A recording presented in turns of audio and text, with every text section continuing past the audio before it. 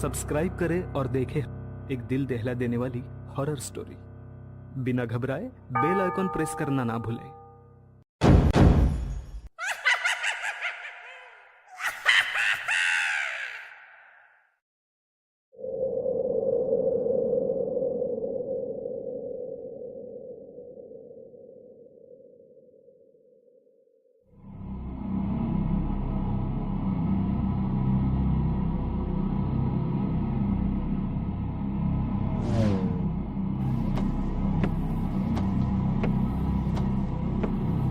अनीता, तो क्या सोचा है तुमने?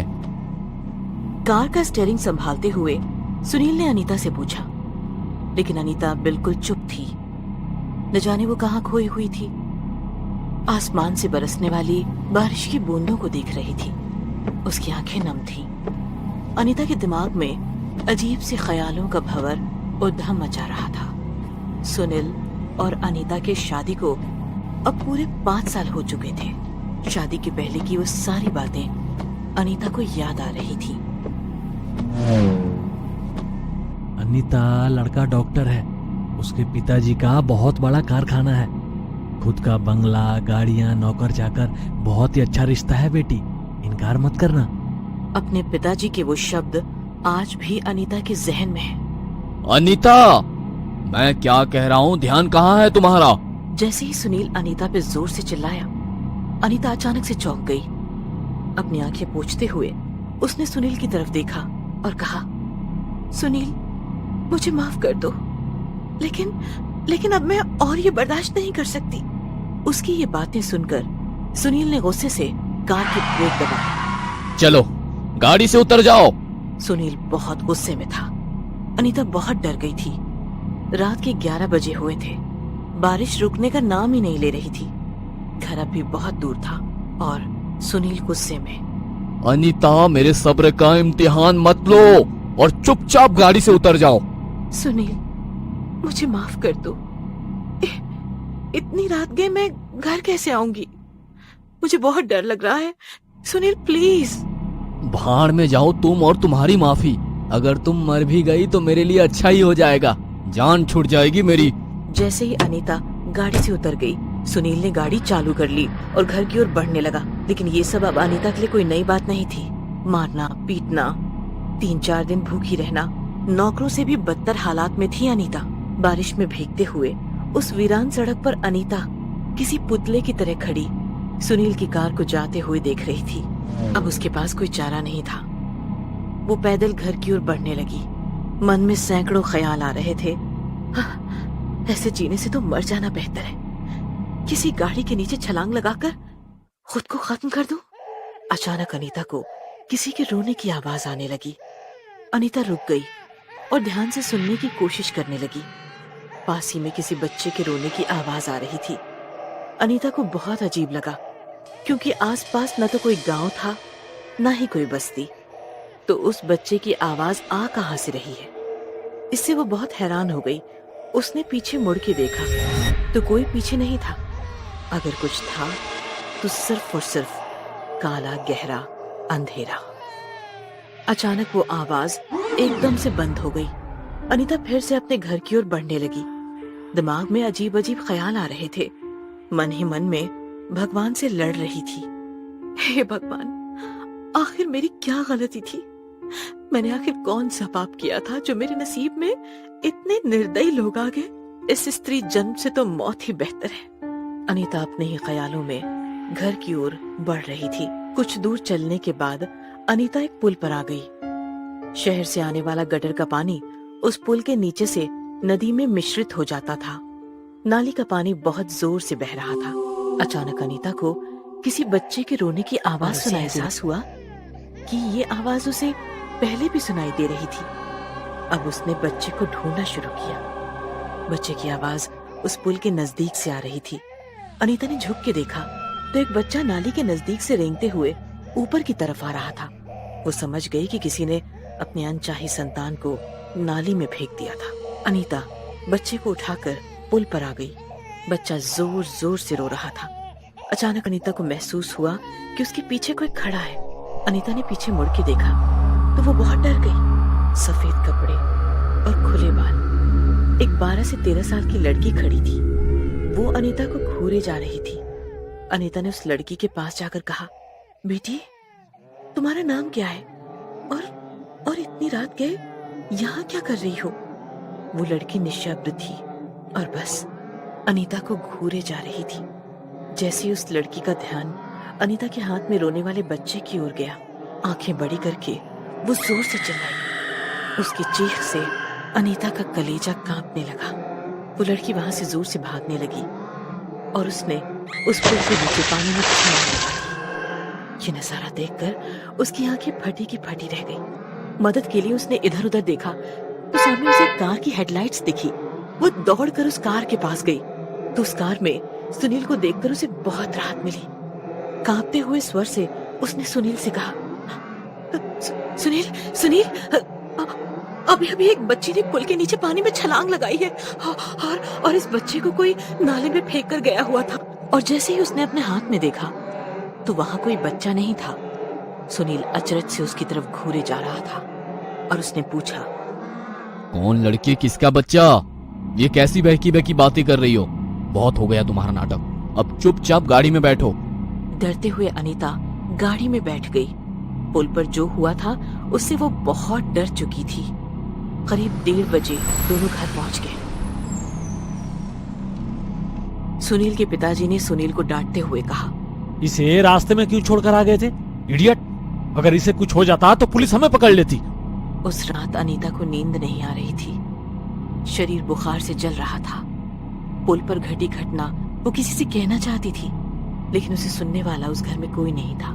दूसरे दिन सुबह सुनील ने अनीता के मुंह पर पानी डालकर उसे जगा दिया और कहा, महारानी की तरह सो रही हो। सुबह के 7 बज चुके हैं, मुझे क्लिनिक जाना है। सारा काम निपटाकर अनीता ने नाश्ता टेबल पर लगा दिया। तभी सुनील की माँ ने सुनील से कहा, अब सुनील, तुमने अनीता से बात की? बात तो की है, लेकिन महारानी सुनने को राजी ही नहीं है। अनीता! अपनी सास की आवाज सुनकर अनीता भागकर वहां आ गई। अब क्या हुआ माँ? तो क्या सोचा है तुमने? अपने सास की बात सुनकर अनीता की आंखें नम हो गई। अनीता ने अपने सास के सामने हाथ जोड़कर कहा, मुझे इस बच्ची को जन्म देना है सासू माँ। बेटे की चाह में आप लोगों ने 3 बार मेरा अबॉर्शन कर दिया, वो भी मेरे ही पति ने। आपने खुद की संतान को मारते हुए आप लोगों को जरा भी डर नहीं लगता? ईश्वर से डरिए, ईश्वर से डरिए। शायद ईश्वर की यही इच्छा है कि इस घर में बेटी जन्म ले। उतने में सुनील ने गुस्से से अनीता को थप्पड़ मार दिया। सुनील अनीता को घसीटते हुए बाहर गाड़ी की ओर ले गया। उसे गाड़ी में बिठाकर अपने क्लिनिक ले गया। अब रोना धोना बिल्कुल बंद। मेरे क्लिनिक में मुझे तुम्हारा बिल्कुल आवाज नहीं चाहिए। दोनों क्लिनिक में आ गए। सुनील ने कहा, सिस्टर, अबॉर्शन की तैयारी शुरू करो। सर, आज आपको ऑपरेशन के लिए बाहर जाना था। कल ही हमारी इस मुद्दे पर बात हो चुकी है।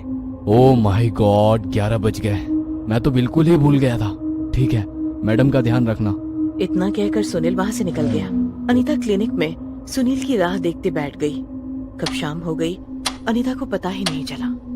मैडम, आप यहाँ आराम कीजिए, सुनील सर आते ही हैं, मैं आपको उठा दूंगी।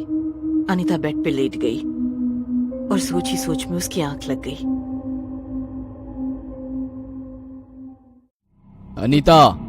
अनीता चलो उठो जल्दी, घर जाना है। मैं तुम्हारा गाड़ी में इंतजार कर रहा हूँ। अनीता गाड़ी में बैठ गई। बरसात तो रुकने का नाम ही नहीं ले रही थी। कुछ ही दूरी पर वो पुल था जहाँ अनीता को अजीबो गरीब अनुभव हुए थे। वो बहुत डर गई थी। उतने में ही गाड़ी पंचर हो गई। ओह गॉड, इसे भी अभी पंचर होना था। तुम गाड़ी में बैठो, मैं टायर बदलता हूँ। अनीता गाड़ी में बैठे बैठे उस पुल को घूरे जा रही थी। अचानक उसे उसी बच्चे की रोने की आवाज सुनाई देने लगी। वो तुरंत गाड़ी से उतर गई और उसने देखा वही कल रात वाला बच्चा रोते रोते रेंगते हुए उसकी ओर बढ़ रहा था। उसे देखकर अनीता के रोंगटे खड़े हो गए। डर के मारे उसे कुछ सोच नहीं रहा था। उसने सुनील को आवाज लगाई, सुनील, सुनील, सुनील, कहाँ हो आप? सुनील, सुनील। लेकिन सुनील का कोई अता पता नहीं था। उतने में उस पुल पर 2 से 3 से 4 से 8 से 10 से 15 छोटे छोटे बच्चे रेंगते हुए अनीता की ओर बढ़ने लगे। अनीता डर के मारे पत्थर जैसी हो गई थी। उसे कुछ समझ नहीं आ रहा था। अचानक उसके पैरों पर कुछ हलचल महसूस हुई। उसने नीचे देखा तो उसका कलेजा कांप उठा, क्योंकि उसके पैरों पर उसका पति सुनील खून से लथपथ उसकी ओर बेबस नजरों से देख रहा था। वो उससे मदद की भीख मांग रहा था। उतने में अनीता की नजर सामने की ओर गई और जो उसने देखा मानो उसके होश उड़ गए। उसने देखा सामने वही 12-13 साल की एक लड़की खड़ी थी। उसके हाथ में एक लोहे का रॉड था जिससे खून की बूंदें टपक रही थी। वो लड़की अनीता के सामने आकर खड़ी हो गई। उसे देखकर अनीता की धड़कन रुक सी गई। अनीता की तरफ देखते हुए उसने जोर से आक्रोश किया और वो लोहे का रॉड सुनील की छाती में घुसा दिया। अनीता मैडम क्या हुआ? अनीता मैडम क्या हुआ? अनीता नींद से जग गई तो वो क्लिनिक में ही थी। अनीता मन ही मन बोली, बाप रे, कितना भयानक सपना था। अनीता का दिल अभी भी जोर जोर से धड़क रहा था। खुद को संभालते हुए उसने सिस्टर की ओर देखा। सिस्टर का चेहरा बड़ा परेशान दिख रहा था। क्लिनिक के बाहर एक कांस्टेबल खड़ा था। अनीता ने घड़ी में देखा तो सुबह के 6 बजे हुए थे। मैडम, आपको हमारे साथ चलना होगा। अनीता को ये सब अजीब लगा।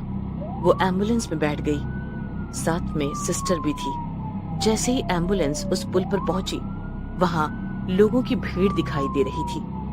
अनीता नीचे उतर गई। उसने देखा कि कुछ दूरी पर सुनील की कार खड़ी थी। कार का एक टायर पंचर था।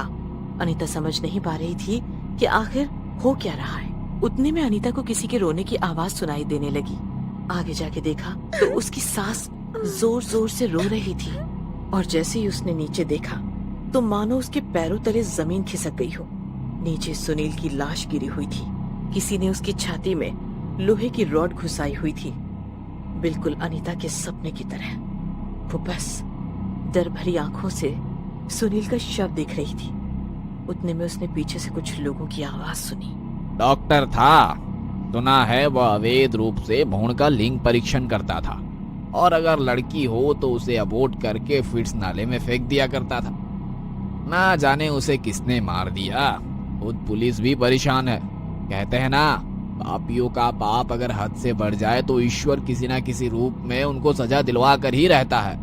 अनीता बस शांत खड़ी हुई थी। उसके कोख में पलने वाली बच्ची को अब जन्म लेने से कोई नहीं रोक सकता था। ये कहानी आपको अच्छी लगी हो तो हमें सब्सक्राइब करें। हमारा इंस्टाग्राम और फेसबुक पेज जरूर फॉलो करें। अगर आपके पास ऐसी ही कोई कहानी हो तो हमें कमेंट बॉक्स में भेजें। हम कोशिश करेंगे कि अगली एनिमेटेड स्टोरी आपकी होगी।